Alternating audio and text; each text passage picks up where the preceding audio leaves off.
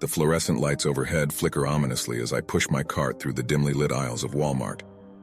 It's late, far too late for a shopping trip, but my refrigerator unexpectedly died, leaving me with no choice but to venture into the retail behemoth at this unholy hour. The deserted store feels eerie, like a ghost town swallowed by the retail giant's gaping maw. The only sounds are the distant hum of the freezers and the occasional creak of my shopping cart.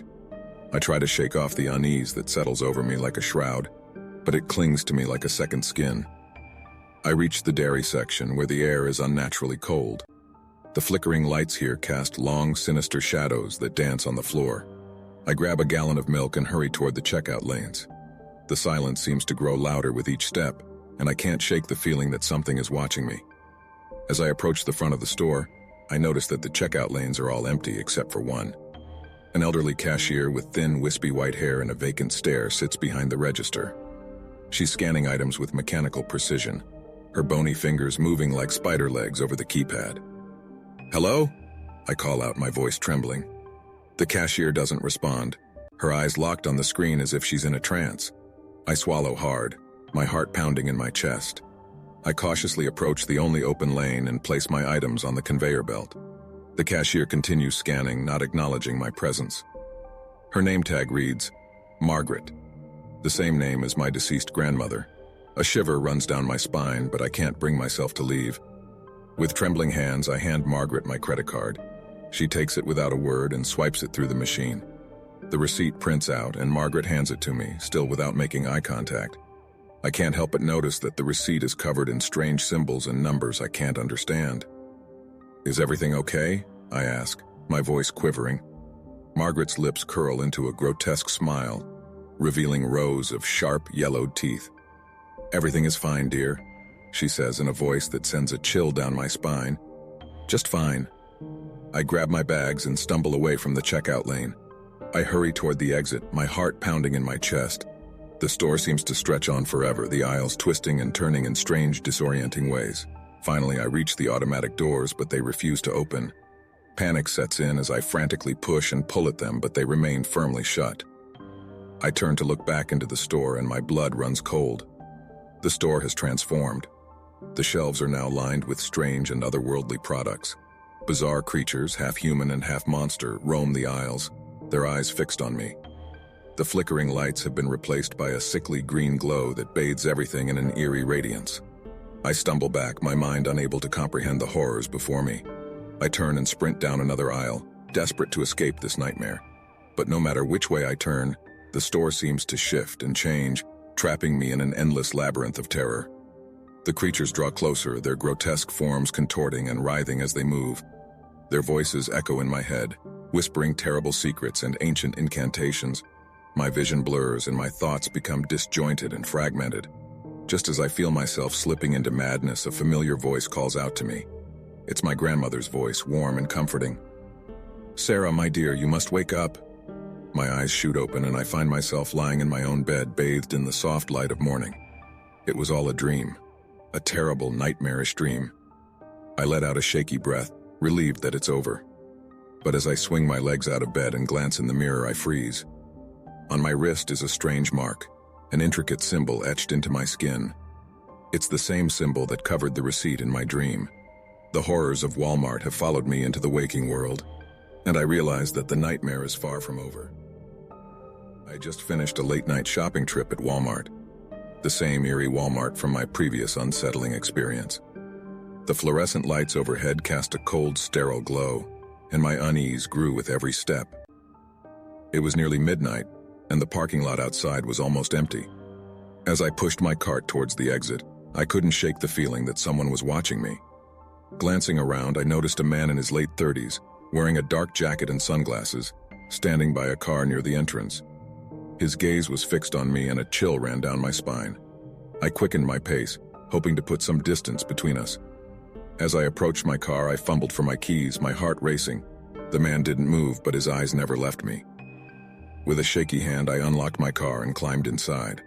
My hands were trembling as I started the engine and pulled out of the parking lot. I thought I had left him behind, but as I drove down the deserted streets of my neighborhood, I saw his car behind me in the rearview mirror. Panic surged through me. Why was he following me? What did he want? I took a series of turns trying to lose him, but he stayed right on my tail. The car's headlights bore into my rearview mirror, blinding me. My heart pounded in my chest as I realized that this wasn't a coincidence. I was being followed. Desperation set in, and I decided to head to my apartment complex. Maybe I could lose him in the maze of buildings and alleys. I pulled into the parking lot and parked my car in a secluded spot, hidden from view. I turned off the engine and watched as the man's car slowed down, passing by the entrance of the complex. I waited, my breath held, hoping he would give up and leave. But to my horror, he circled back, his car creeping through the lot. I knew I couldn't stay in my car forever, so I grabbed my shopping bags and slipped out, moving quickly towards my apartment building. I could hear the soft purr of his engine as he followed me, keeping a careful distance. Fear clawed at my chest and my footsteps quickened. I fumbled for my keys and managed to unlock the building's entrance just in time. I slipped inside and locked the door behind me, my heart pounding like a drum. I stood in the dimly lit hallway, my ears straining for any sound from outside. Minutes passed, feeling like hours, but the man's car remained parked just outside the building. He was waiting for me, and I had no idea what he intended to do. My mind raced, and I realized I needed help. I rushed up the stairs to my neighbor's apartment and frantically knocked on their door. A sleepy-looking man in pajamas answered, and I explained the situation as quickly as I could. Without hesitation, my neighbor called the police, and I stayed with him, trembling with fear, as we waited for them to arrive. It felt like an eternity, but eventually the police officers arrived and confronted the man in the car. As it turned out, the man had been following me because he believed I had mistakenly taken his shopping cart at Walmart, and he was trying to get it back. It was a bizarre and unsettling misunderstanding, but the police handled the situation. I was shaken, but at least I was safe. The man was warned about his behavior and told to leave me alone. As the police drove away with him, I finally felt a wave of relief wash over me. But the memory of that night, the feeling of being pursued, and the darkness of that Walmart would haunt me for a long time to come. The sun hung low on the horizon as I made my way to the local Walmart. This time it was a bright, bustling afternoon, a far cry from my previous late-night encounters. The parking lot was teeming with cars, and the aisles inside were alive with shoppers pushing carts and chatting as they navigated the maze of goods. I had a shopping list in hand and a sense of determination. Today's mission was simple: gather groceries and essentials and get out as quickly as possible. But Walmart has a way of turning even the most straightforward tasks into surreal adventures. I started in the produce section, the vibrant colors of fruits and vegetables creating a stark contrast to the sterile lighting above. As I reached for a ripe avocado, a child's laughter echoed through the aisles. I turned to see a boy, no older than 5, racing a toy car down the aisle, his mother in hot pursuit, her voice strained with a mix of exasperation and amusement. I continued down the labyrinthine rows of merchandise, my cart clattering over the tiled floor.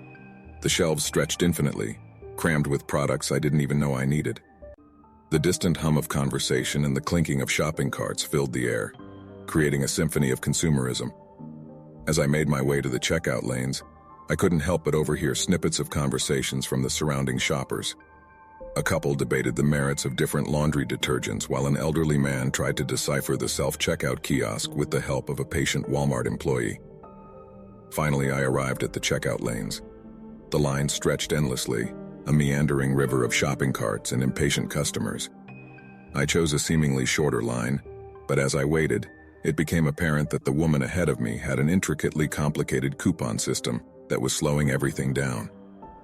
Minutes turned into what felt like hours as I inched closer to the checkout counter.